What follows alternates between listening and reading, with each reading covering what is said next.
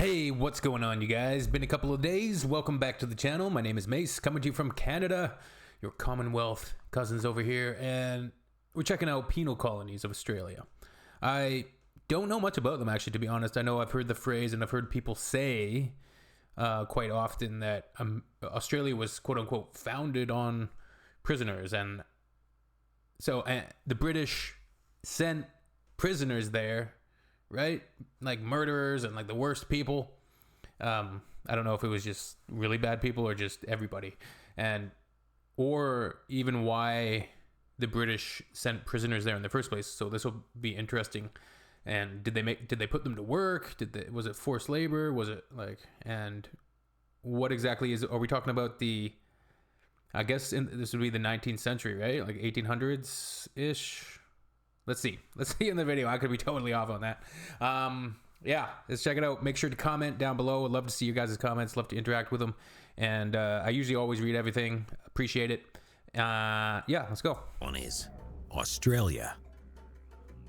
Colonial America had been a destination for Britain's criminals for a while, but the American War of Independence in 1776 forced Britain to think of new places to export its convicts to protect Britain. So the Americans kicking the Brits out caused them to have to rethink their prisoner system. Wow, okay.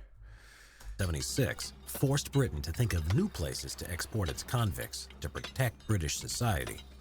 In the meantime, however, criminals were imprisoned domestically in Britain, doing hard labor in prisons, or in chains from moored prison ships known as hulks. Overcrowding of prisons led the British Parliament to consider Australia as the place to send its over to this massive continent. They would establish New South Wales as a penal colony on land that had been claimed for Britain in 1770. Unlike America, the whole continent was intended to be colonized along these lines. Crimes during this time included pickpocketing, stealing goods valued at 5 shillings or more, burglary, forging, and rioting. Even pinching a handkerchief was deemed a transportable offense. Telling me for pinching a handkerchief? You were shipping people to Australia? Oh boy. The offer for offenders was exile to a penal colony or death.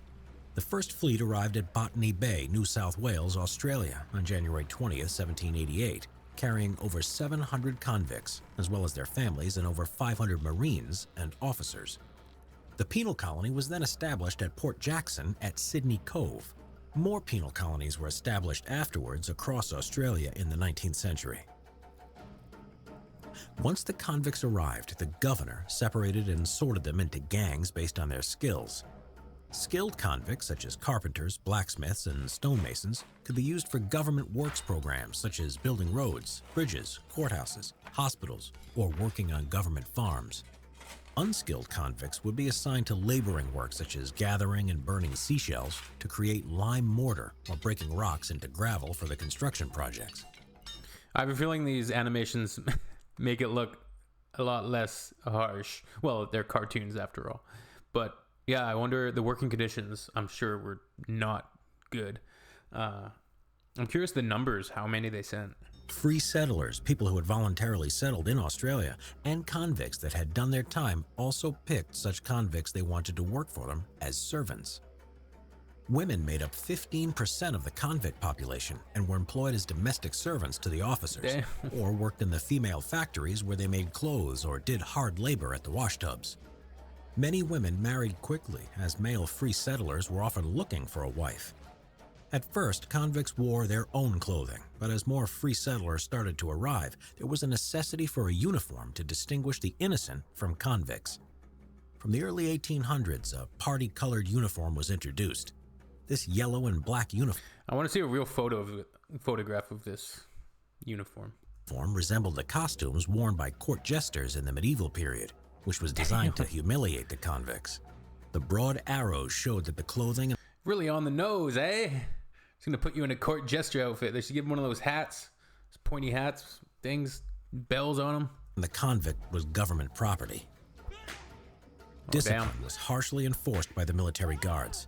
Flogging, heavy ankle irons or chains, the treadmill, and solitary confinement in dark, dumb cells all served as punishments for prisoners who were lazy or unruly at their job. Shit. Convicts that continued to cause problems were sent to more remote penal colonies or prisons in Norfolk Island, Port Macquarie, and Moreton Bay. For women, punishments included having their head shaved or placed in solitary confinement. Damn. Convicts tried to escape, but the wilderness of the Australian continent and starvation acted as a deterrent. The Aboriginal people had lived in Australia for 60,000 years before the arrival of Europeans. Goes out there into the outback and gets attacked by a kangaroo, some emus. The Aboriginal people had lived in Australia for 60,000 years before the arrival of Europeans.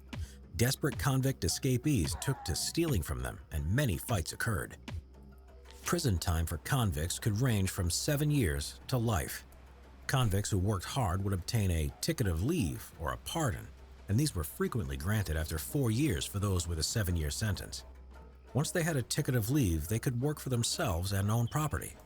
So there's lots of, I'm sure, even present-day Australians, right, that are descendants of these people. Isn't that funny how life works, eh? Like, you imagine your great-great-grandmother, great-great-great-great-grandfather did something stupid in Britain or whatever he did, got in trouble with the law, and they shipped him off to Australia and did their time, worked hard, got out, had a beautiful life and had kids, and there you go. The types of pardon also determined whether they were allowed to stay in Australia or travel anywhere in the world. Few convicts actually returned to England because they couldn't afford the transportation back. From 1788 to 1868, it's estimated that around 165,000 convicts were transported by the British government to various penal colonies in Australia. Wait, how many? So I was calculating the years. So like 82 years or something? Wait, what do you say? 88 to 68? So that's 78. Yeah, 80 years, damn. To 1868, it's estimated that around 165,000 convicts were transported by the British government to various penal colonies in Australia. 165,000, that's... Subscribe and click the notification bell for more history videos. Cool video, man. It gives me like a little bit more of a simplistic picture of how it worked in the time period. So it sounds like kind of the end of the 1700s when, you know, the British, the colony in America rebelled and won. So the British didn't have anywhere to send the prisoners anymore. And they had to start sending them out about 10 years later, 10, 12 years later. And Australia is one of the places. I'm curious if there's, I assume there's other places, other British colonies they sent them to. I don't know if they sent them to like India or any other places. But I think it's a super interesting topic. I think it would be a super interesting topic to look at and get like some of those stories in terms of descendants and stories of just amazing, incredible stories of people that became amazing Australians or whatever that were descendants. I've been rapping lately. I've been trying anyways. And you know what I'll do? I'm not going to do it on video. But I've been kind of grunting and talking in Chris Hemsworth's drawl from Furiosa. It's a lot of fun. I'm not going to do it. This is nobody around to see me doing it. Even the wife's not home when I'm doing it. I'll be like doing chores and cleaning up, talking to the cat in Hemsworth's voice. It's a lot of fun. You know what? I'll do a freestyle for you guys today. I'm feeling good. Sunday, baby. Sunday. Oh, what a day. What a lovely day. Let's see how I do. I can't always freestyle.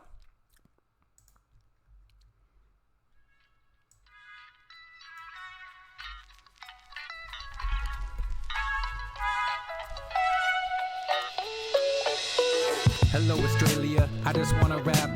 I'm gonna rap like I was in the outback. Hello, Australia. I just wanna rap. I'm gonna rap like I was in the outback. Why do I say that? Well, I'm just saying that I'm bringing the heat. The heat like hell. Yeah.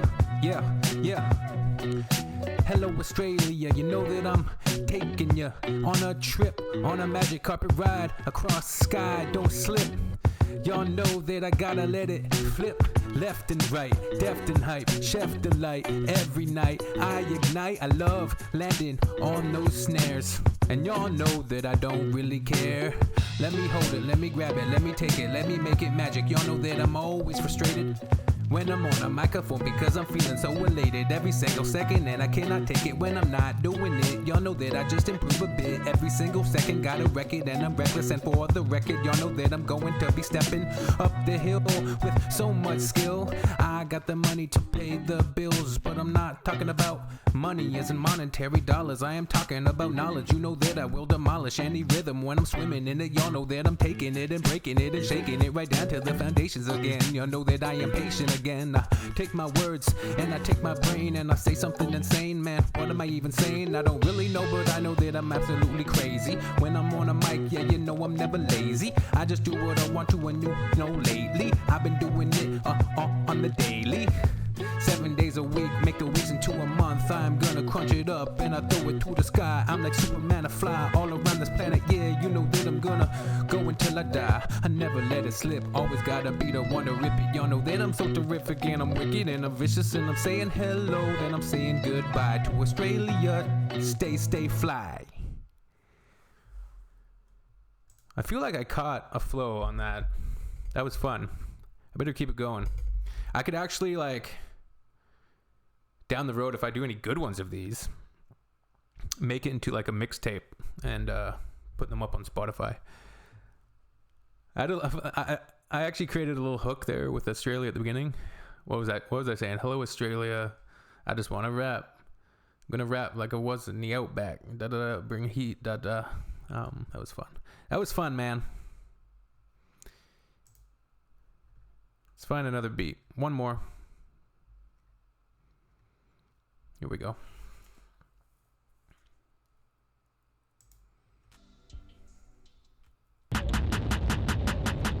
No.